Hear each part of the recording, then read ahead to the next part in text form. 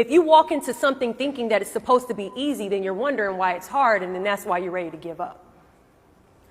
We are convinced that if, in fact, the journey is too hard, or that the journey takes too long, or that the hurdles are too frequent, or that the mountain is too tall, that maybe this means that this is not for us. Maybe this means that this isn't supposed to happen for me.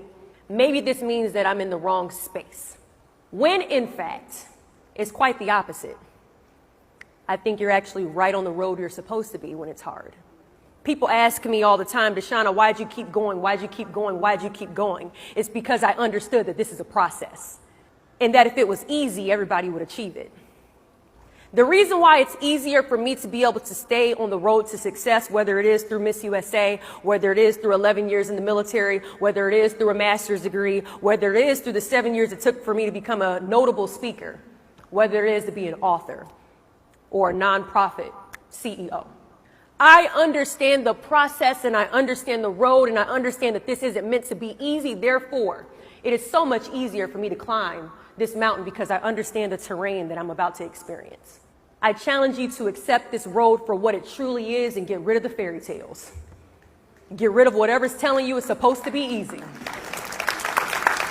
You gonna mess up my makeup. Listen, say hi, Nico. Hi. Say hi, Nico. Okay. Don't mess up my damn makeup now. Come on now. Got it. Hey, Rych Babes. Welcome back to A Rich Girl's Glow Up. I'm Robin Milan, and make sure that you like this video, subscribe, and share it with someone who is in a season of struggle, but knows deep down that this is not the end of their story. Okay, period.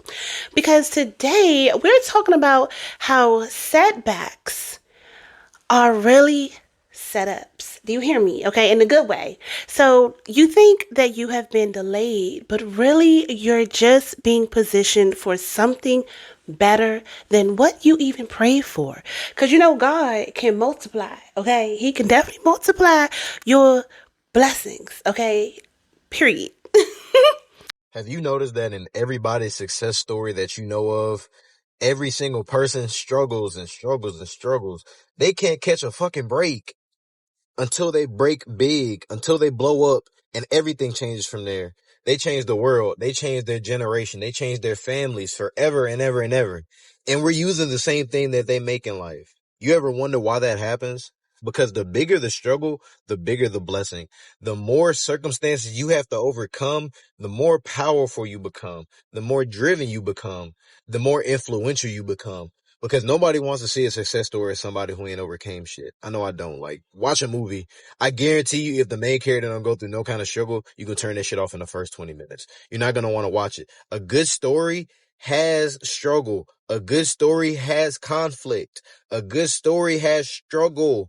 And the person in it struggles through it. But what happens in the end? They always win. That's you. Understand, when you are leveling up and you are starting to walk into your purpose, guess what? The devil is going to send distractions, baby. He is going to send temptation, baby. Old people, old things you used to battle with in your mind is going to start to resurface. You know why? Because he doesn't want you to walk in your purpose. He sees who you are on the other side. He already knows what you can become. He knew what you could become, just like how God knows what you can become.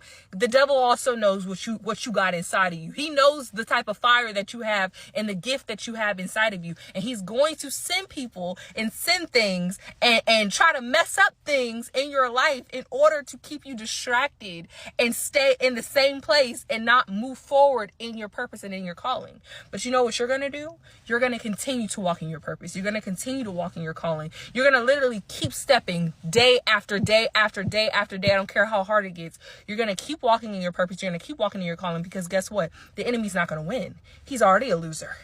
He's already a loser. Okay. We're going to stay focused, because we're not going to be fooled by his temptation and his distractions. It ain't worth it. It ain't worth it. So imagine not having the understanding of the bare, really basics of life because you stopped going to school in 9th grade.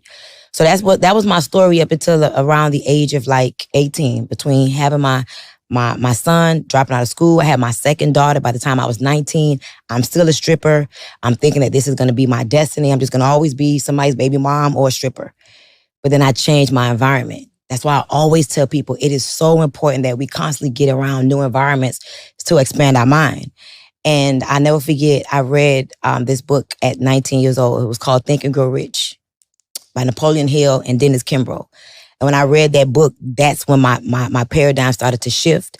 And I started to think, okay, wait a minute. It didn't say go get an education and be rich. It said think. And so as I read it, that's when I learned about, just the decision making and how to, get around the right people, how to speak affirmations, how to think about the end and the beginning, and just learning non-traditional things like even network marketing is, I believe, what makes me so special and so different, because I could have used my beginning to make myself be somebody that makes excuses. But instead, I turn my struggles into success, and I teach others how to do the same.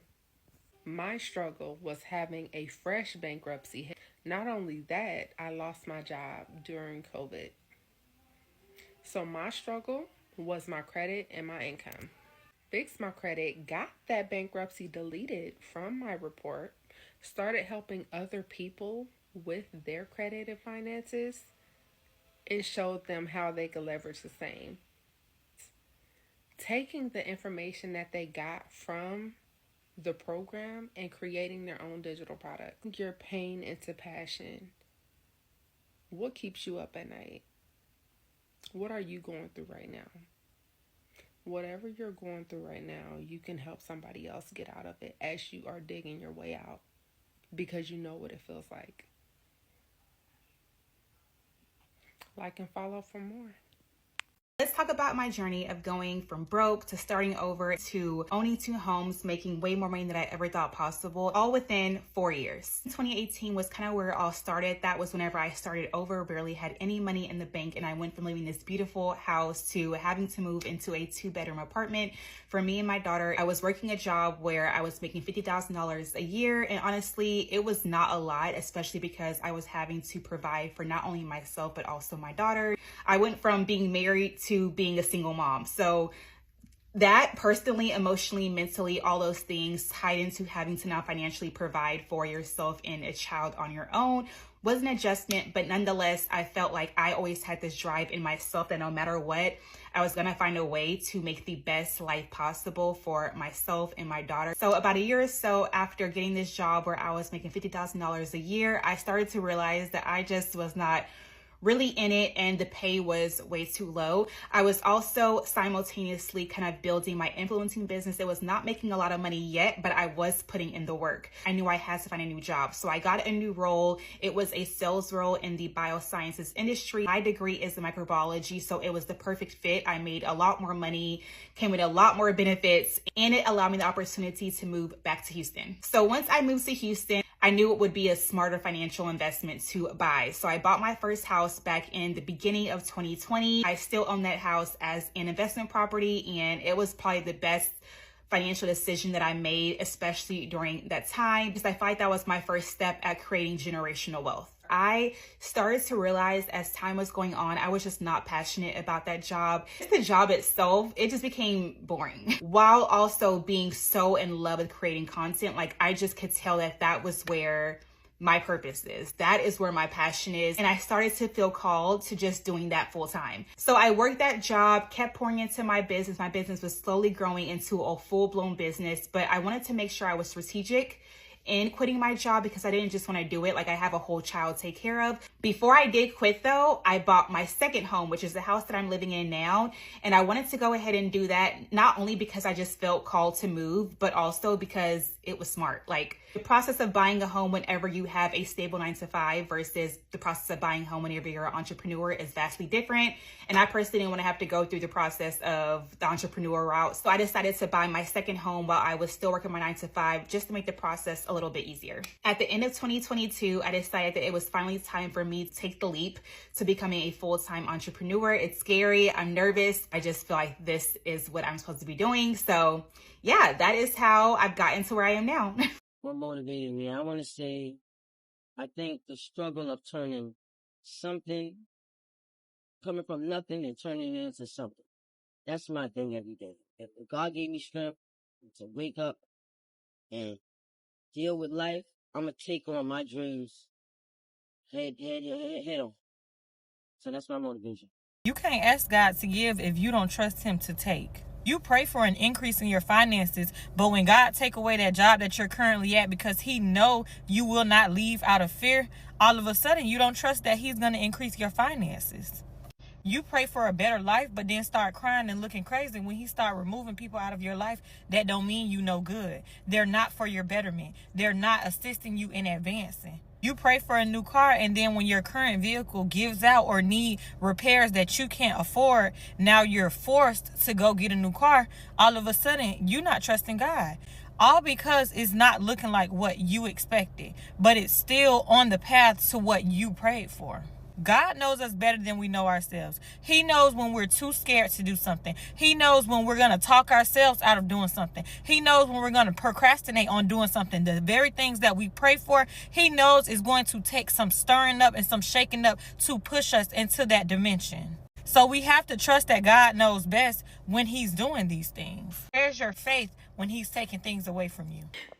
I am so happy right now. Like, I don't even know how to express this, but I just got done with an appointment with the Texas workforce and the vocational, like, people or whatever for, like, the job career placement stuff.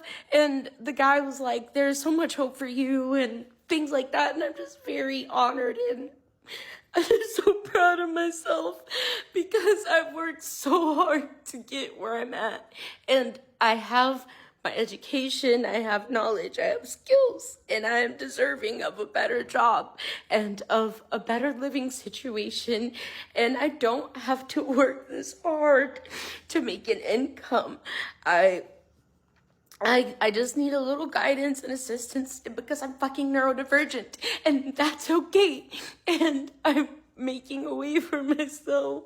And I'm gonna be successful, and I think it's so beautiful because I never thought I would live this long. And I didn't think that I could ever make it this far or have my own home or almost have a bachelor's degree. I'm so proud of myself. I got that phone call from my attorney telling me I was indicted to 24 months in prison. I remember standing on the steps at the federal building, and at that moment, I felt joy because I finally knew how much time I had to do in prison. I knew once I went in and came out, God was going to bless me with an amazing life. I was released from prison May 31st, 2016. That's one day that I will never forget. I must say, I've truly been blessed. And I'm now on a mission to impact other people's lives. It's not about me. It's about how many lives I can change in the process.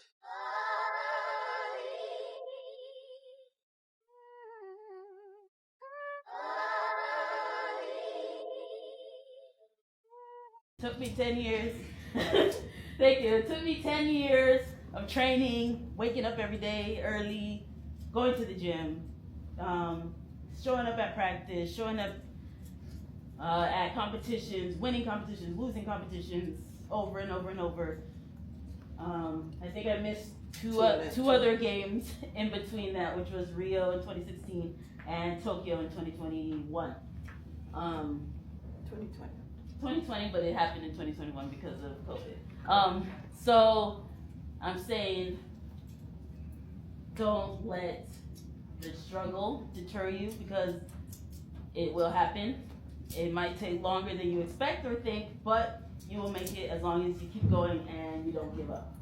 This all came from struggle. A lot of people ask me, well, what made you so successful? And I'm like, the struggle is literally what made me successful because I saw the things that I didn't have. I saw the things that I wanted to achieve. And I realized that I couldn't achieve that if I was going to stay comfortable working a job that was not making me enough. So what did I do? I saw all the humiliating experiences that I've been through. I seen all the struggles that I've been through. And I was like, you know what? I want better than that. So for me, I just got sick and tired of being sick and tired.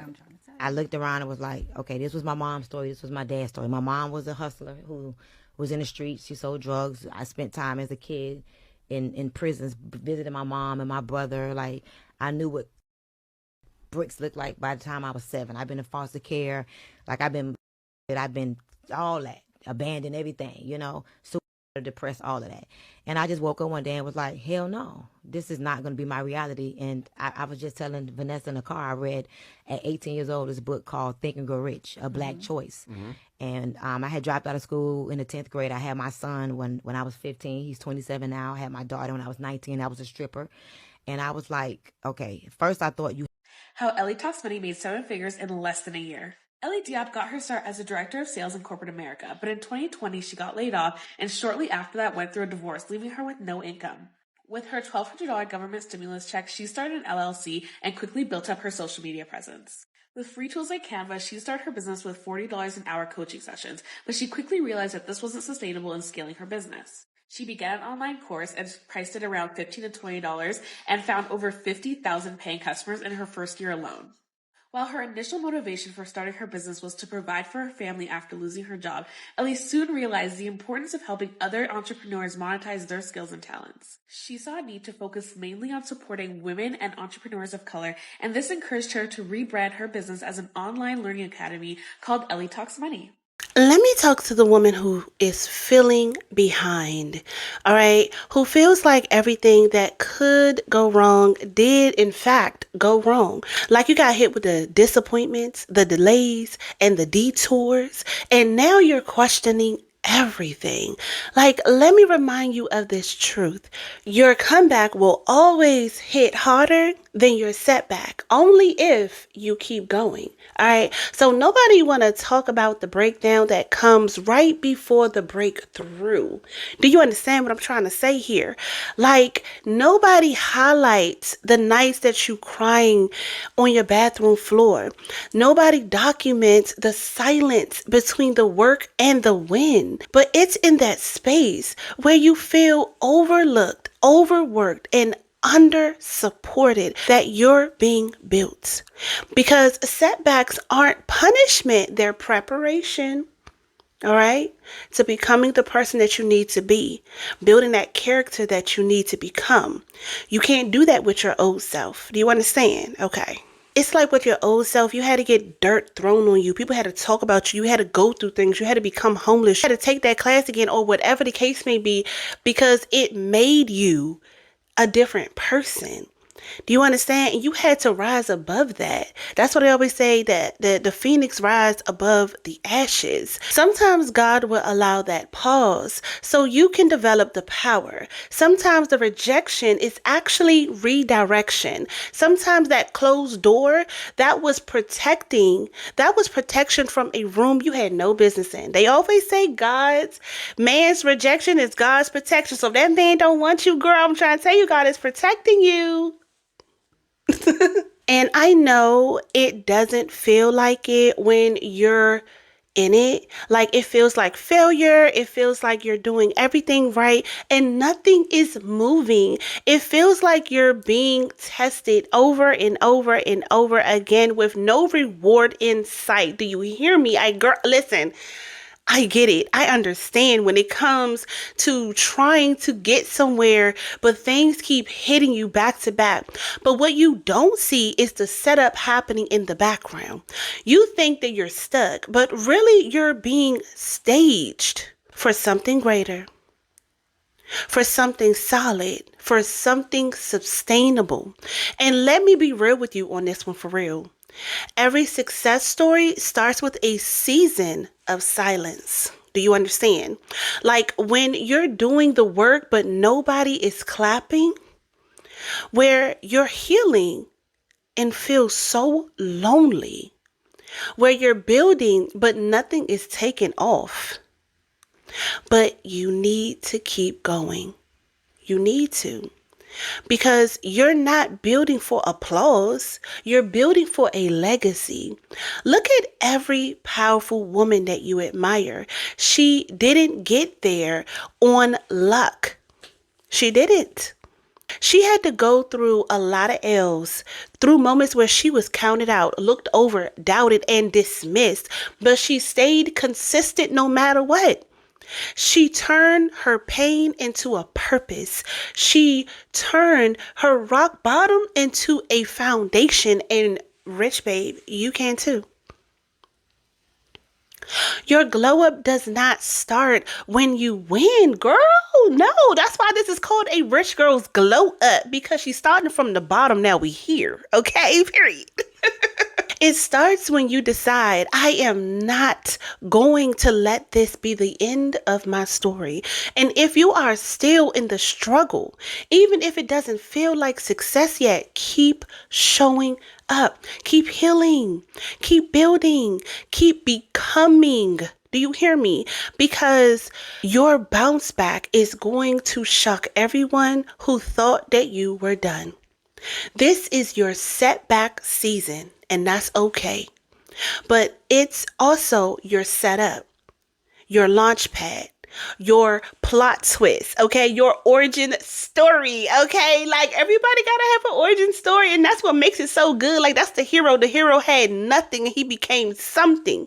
Do you hear me? So don't quit. Don't shrink yourself. Don't silence your power just because the progress is so slow. God is setting you up to be that woman that can't be moved. Like, I have so many stories of my life that were truly a setback. Like, I've been homeless twice. I had a failed marriage. I have 5 children. And, like, I have so many things that have set me apart. I had people laugh in my face. I had people doubting me, tell me I was nothing. I've had failed businesses. I've had so many things going on in my life. So I get it. I was literally sleeping in a car one time. I was literally living in a transitional housing at one point. I was literally down on my luck. And so many of you are in the same situation or coming out of it and into your breakthrough. But let me tell you something. God sees it all. And that is really helping you. This is why I am able to finally come in front of all of my beautiful rich babes and really tell you that it is definitely light at the end of the tunnel. No, I am not where I want to be, but I am further than I was last year. And I was further than I was the year before. So it takes time. All this instant gratification. No, you're building a legacy. So legacy takes time. Rome was not built in a day, baby. Listen, I love me all this ancient time. I love the history of Rome and Egypt and, all the stuff back in the day. And all of that stuff took time. All of that took time. It took strategy, it took setbacks, and it took all those comebacks.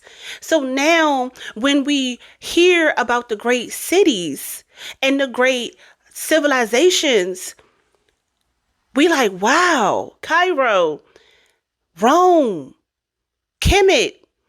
We hear about it, but understand that in those cities and those people, Egypt, dang, how I forget that? When we hear about those things, we only hear about how it became Atlantis, okay? Atlantis.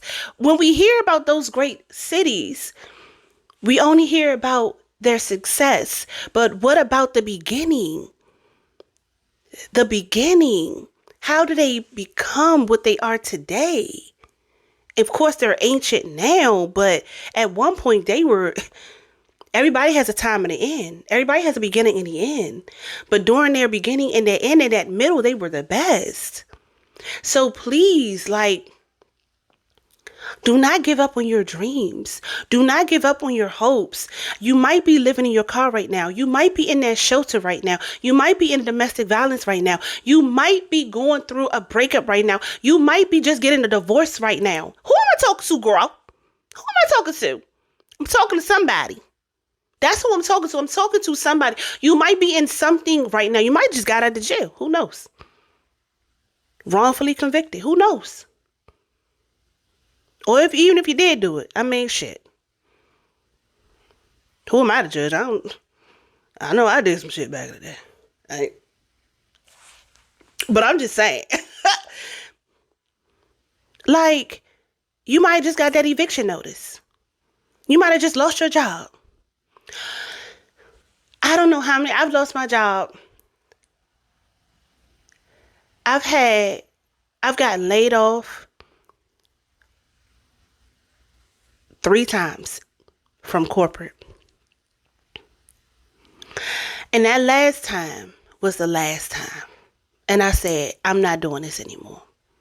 And I know that my time is going to take some time, but I would rather be in control than for somebody else to take that control. Especially when I know my work ethic.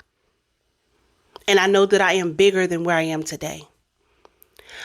I don't care what your situation is.